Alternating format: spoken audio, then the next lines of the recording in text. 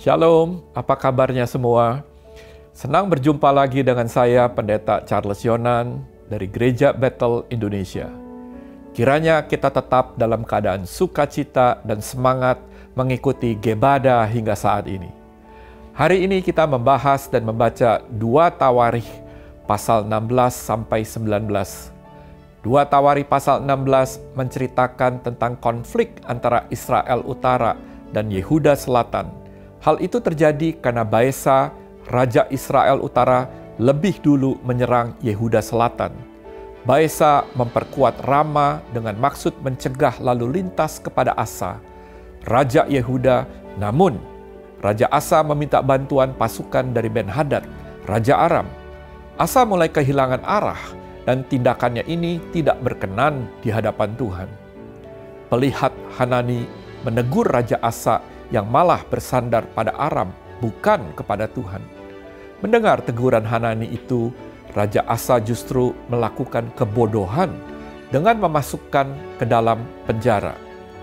Akhirnya dia terkena penyakit pada kakinya dan mati setelah berjuang mencari kesembuhan. Di dalam 2 Tawarikh pasal 17 diceritakan pemerintahan Yosafat, Raja keempat Yehuda Selatan. Di bawah pemerintahan Yosafat, Yehuda mengalami kemakmuran. Yosafat juga menyingkirkan bukit pengorbanan dan mengadakan pembaharuan rohani masing-masing suku. Hal itu tercatat pada 2 Tawarikh pasal 17 ayat 4. Tawarikh mencatat bahwa inti dari ketaatan Yosafat adalah dia hidup menurut perintah-perintah Tuhan dan tidak berbuat seperti Israel. Dan tak kalah pentingnya dia menyuruh orang-orang Lewi untuk mengajar kitab Taurat ke kota-kota Yehuda Selatan.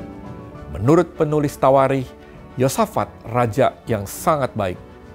Namun, di dalam pasal 18 diceritakan tentang hal yang menyedihkan. Yosafat bersekutu dengan keluarga Ahab untuk merebut kembali Ramot Gilead. Yosafat justru membuat pasukan gabungan dengan Israel Utara, dan nabi-nabi palsu Israel Utara menubuatkan bahwa pasukan gabungan itu akan menang. Tetapi Nabi Mika menubuatkan bahwa Raja Ahab akan mati di medan perang, dan Alkitab mencatat bahwa Ahab mati di dalam perang sesuai dengan nubuatan itu. Selanjutnya, pada pasal 19 dicatat tentang penilaian dan teguran Yehu terhadap Yosafat yang baru kembali dari peperangan. Maka Raja Yosafat mendengar teguran Yehu, kemudian bertobat. Yosafat bertobat dalam pembaharuan iman dan hukum Tuhan. Yosafat kembali mencari Tuhan dalam hidupnya. Itulah bukti dari pertobatan. Ketika kita mendeklarasikan pertobatan kita, maka kita harus semakin setia mencari Tuhan dan hidup di dalam firman Tuhan. Sekarang, mari kita membaca 2 Tawarikh pasal 16 sampai 19 bersama-sama.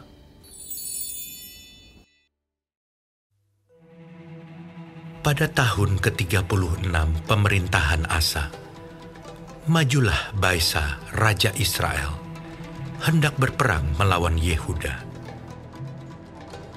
Ia memperkuat Rama dengan maksud mencegah lalu lintas kepada Asa, Raja Yehuda.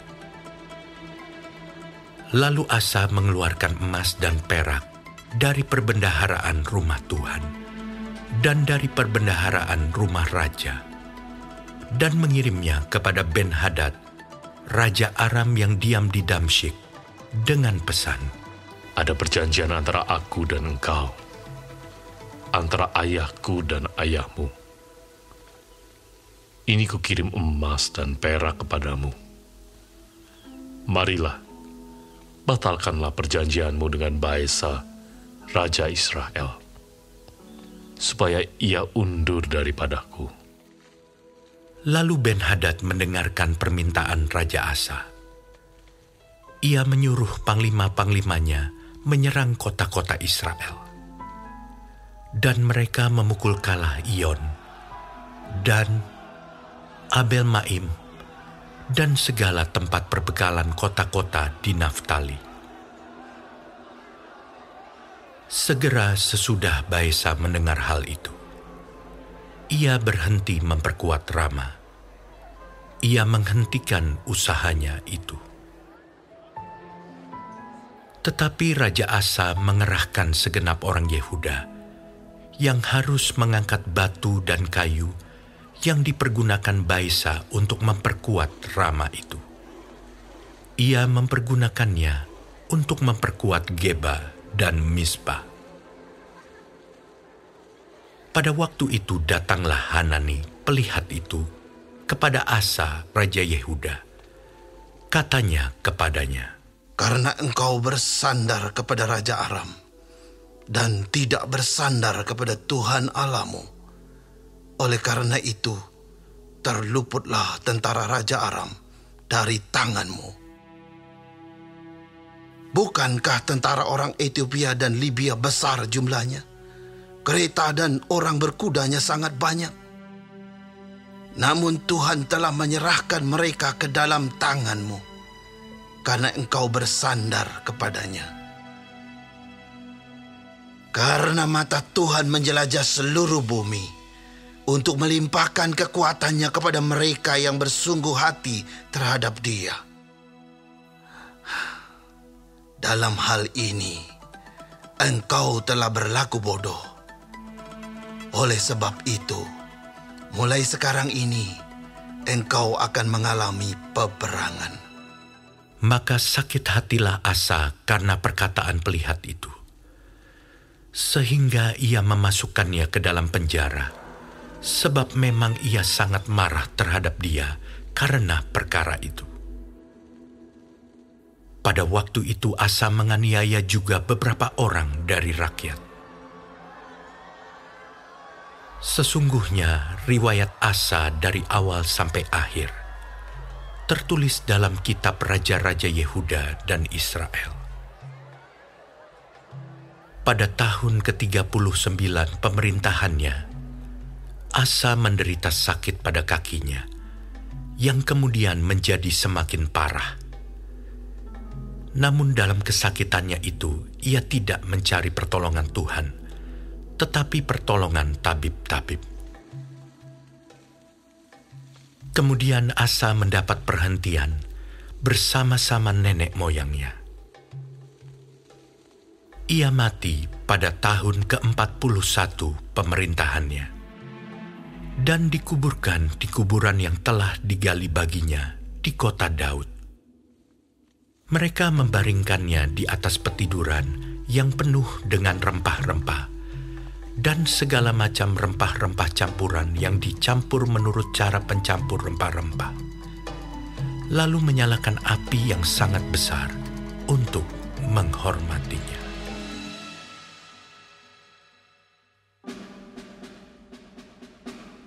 Maka Yosafat anaknya menjadi raja menggantikan dia.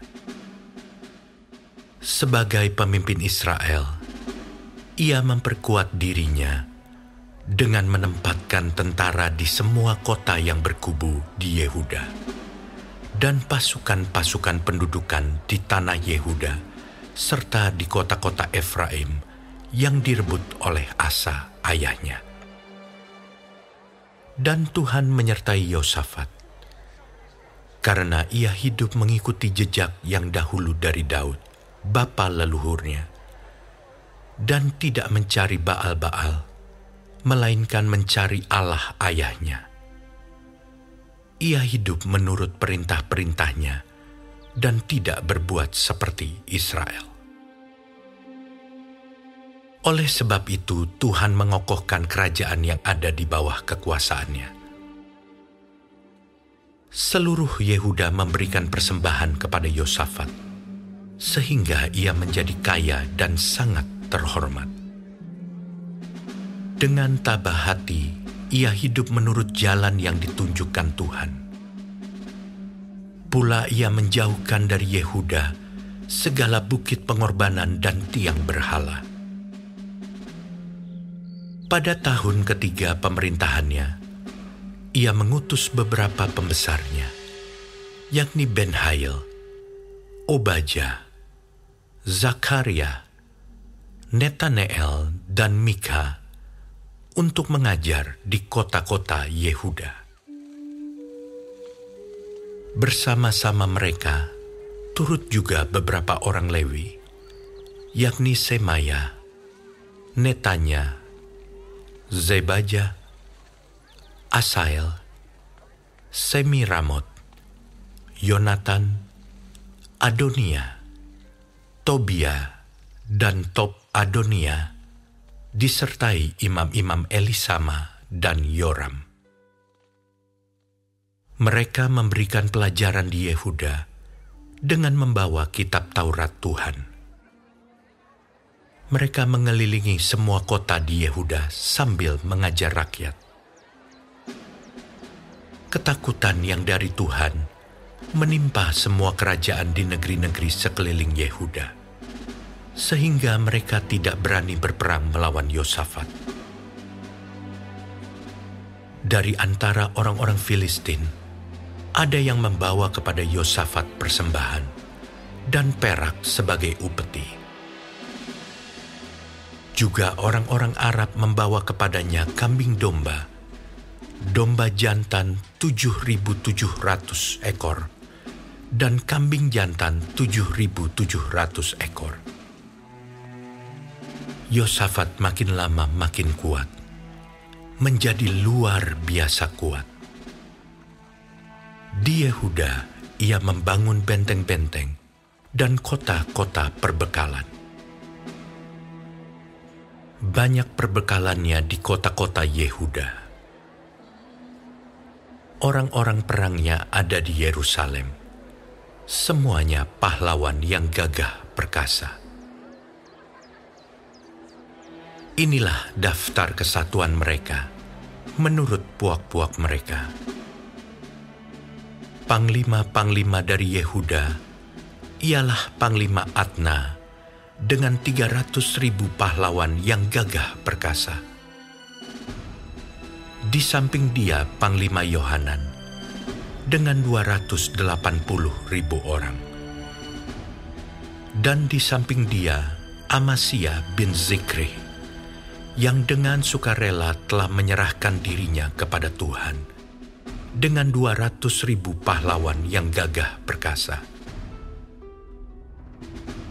Dan dari Benyamin ialah Eliada, seorang pahlawan yang gagah perkasa, dengan 200.000 orang yang bersenjatakan busur dan perisai. Di samping dia Yozabat, dengan 180.000 orang yang bersenjata untuk berperang. Mereka itulah yang bertugas pada raja. Selain daripada mereka yang ditempatkan raja di kota-kota yang berkubu di seluruh Yehuda.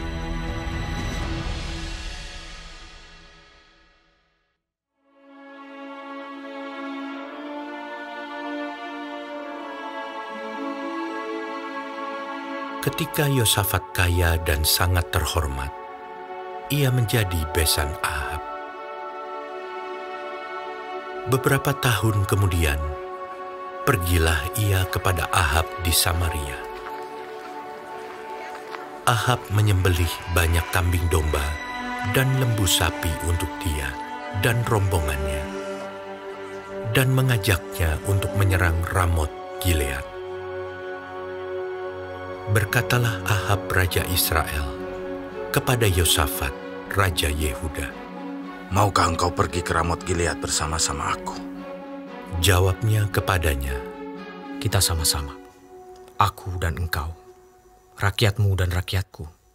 Aku akan bersama-sama engkau di dalam perang." Tetapi Yosafat berkata kepada Raja Israel, "Baiklah, tanyakan dahulu firman Tuhan." Lalu Raja Israel mengumpulkan para nabi, 400 orang banyaknya. Kemudian bertanyalah ia kepada mereka, "Apakah kami boleh pergi berperang melawan Ramot Gilead? Atau aku membatalkannya?" Jawab mereka, "Majulah, Allah akan menyerahkannya ke dalam tangan raja." Tetapi Yosafat bertanya, Tidak adakah lagi di sini seorang nabi Tuhan, supaya dengan perantaraannya kita dapat meminta petunjuk? Jawab Raja Israel kepada Yosafat. Masih ada seorang lagi yang dengan perantaraannya dapat diminta petunjuk Tuhan. Tetapi aku membenci dia, sebab tidak pernah ia menubuatkan yang baik tentang aku, melainkan selaku malapetaka. Orang itu ialah Mika bin Yimla. Kata Yosafat. Janganlah raja berkata demikian. Kemudian Raja Israel memanggil seorang pegawai istana. Katanya, Jemputlah Mika bin Yimla dengan segera. sementara Raja Israel dan Yosafat Raja Yehuda duduk masing-masing di atas tahtanya dengan pakaian kebesaran, di suatu tempat pengirikan di depan pintu gerbang Samaria. Sedang semua nabi itu bernubuat di depan mereka, maka Zedekia bin Kenaana membuat tanduk-tanduk besi, lalu berkata, Beginilah firman Tuhan, dengan ini engkau akan menanduk Aram sampai engkau menghabiskan mereka. Juga semua nabi itu bernubuat demikian, katanya, Majulah ke Ramot Gilead, dan engkau akan beruntung. Tuhan akan menyerahkannya ke dalam tangan raja. Suruhan yang pergi memanggil Mika itu berkata kepadanya, Ketahuilah, nabi-nabi itu sudah sepakat meramalkan yang baik bagi raja. Hendaklah engkau juga berbicara seperti salah seorang daripada mereka dan meramalkan yang baik. Tetapi Mika menjawab, Demi Tuhan yang hidup, sesungguhnya apa yang akan difirmankan Allahku, itulah yang akan kukatakan. Setelah ia sampai kepada raja, bertanyalah raja kepadanya, Mika, apakah kami boleh pergi berperang melawan Ramot Gilead, atau aku membatalkannya? Jawabnya, Majulah, dan kamu akan beruntung, sebab mereka akan diserahkan ke dalam tanganmu.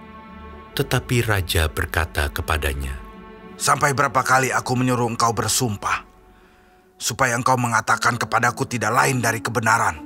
Lalu jawabnya, Telah kulihat seluruh Israel bercerai-berai di gunung-gunung, seperti kambing domba yang tidak mempunyai gembala. Sebab itu, Tuhan berfirman, mereka ini tidak punya Tuhan. Baiklah masing-masing pulang ke rumahnya dengan selamat. Kemudian Raja Israel berkata kepada Yosafat, Bukankah telah kukatakan kepadamu, tidak pernah ia menubuatkan yang baik tentang aku, melainkan hanya malapetaka. Kata Mika, Sebab itu, dengarkanlah firman Tuhan. Aku telah melihat Tuhan sedang duduk di atas tahtanya, dan segenap tentara sorga berdiri di sebelah kanannya dan di sebelah kirinya. Dan Tuhan berfirman, siapakah yang akan membujuk Ahab, Raja Israel, untuk maju berperang supaya ia tewas di Ramot Gilead? Maka yang seorang berkata begini, yang lain berkata begitu. Kemudian tampillah suatu roh, lalu berdiri di hadapan Tuhan. Ia berkata, Aku ini akan membujuknya. Tuhan bertanya kepadanya, Dengan apa? Jawabnya, Aku akan keluar dan menjadi roh dusta dalam mulut semua nabinya. Ia berfirman, Biarlah engkau membujuknya, dan engkau akan berhasil pula. Keluarlah dan perbuatlah demikian. Karena itu, sesungguhnya Tuhan telah menaruh roh dusta ke dalam mulut nabi-nabimu ini. Sebab Tuhan telah menetapkan untuk menimpakan malapetaka kepadamu. sesudah itu tampillah Zedekia bin Kenaana. Ditamparnyalah pipi Mika serta berkata, Bagaimana mungkin roh Tuhan pindah daripadaku untuk berbicara kepadamu? Tetapi Mika menjawab, Sesungguhnya engkau akan melihatnya pada hari engkau lari dari satu kamar ke kamar yang lain untuk menyembunyikan diri. Berkatalah Raja Israel, Tangkaplah Mika, bawa dia kembali kepada Amon penguasa kota dan kepada Yoas anak raja. Dan katakan, beginilah titah raja. Masukkan orang ini dalam penjara dan beri dia makan roti dan minum air serba sedikit, sampai aku pulang dengan selamat. Tetapi jawab Mika, Jika benar-benar engkau pulang dengan selamat, tentulah Tuhan tidak berfirman dengan perantaranku. Lalu disambungnya, Dengarlah, hai bangsa-bangsa sekalian. sesudah itu majulah Raja Israel dengan Yosafat Raja Yehuda ke Ramot Gilead. Raja Israel berkata kepada Yosafat, Aku akan menyamar dan masuk pertempuran. Tetapi engkau, pakailah pakaian kebesaranmu. Lalu menyamarlah Raja Israel. Kemudian mereka masuk ke pertempuran. Adapun Raja Negeri Aram telah memberi perintah kepada para panglima pasukan keretanya demikian. Janganlah kamu berperang melawan sembarang orang, melainkan melawan Raja Israel saja. Segera sesudah para panglima pasukan kereta itu melihat Yosafat, mereka berkata, Itu Raja Israel! Lalu mereka mengepung dia untuk menyerang dia. Tetapi Yosafat berteriak, dan Tuhan menolongnya. Allah membujuk mereka pergi daripadanya. Segera sesudah para panglima pasukan kereta itu melihat bahwa dia bukanlah Raja Israel, maka undurlah mereka daripadanya. Tetapi seseorang menarik panahnya dan menembak dengan sembarangan saja, dan mengenai Raja Israel di antara sambungan baju zirahnya. Kemudian ia berkata kepada pengemudi keretanya, Putar, bawa aku keluar dari pertempuran, sebab aku sudah luka. Tetapi pertempuran itu bertambah seru pada hari itu. Dan Raja Israel tetap berdiri di dalam kereta, berhadapan dengan orang Aram itu sampai petang. Ia mati ketika matahari terbenam.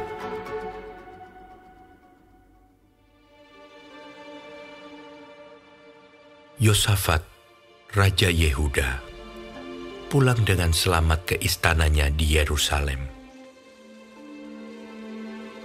Ketika itu, Yehu bin Hanani, pelihat itu, pergi menemuinya dan berkata kepada Raja Yosafat, Sewajarnyakah engkau menolong orang fasik dan bersahabat dengan mereka yang membenci Tuhan? Karena hal itu Tuhan murka terhadap engkau. Namun masih terdapat hal-hal yang baik padamu, karena engkau menghapuskan tiang-tiang berhala dari negeri ini dan mencari Allah dengan tekun. Yosafat diam di Yerusalem.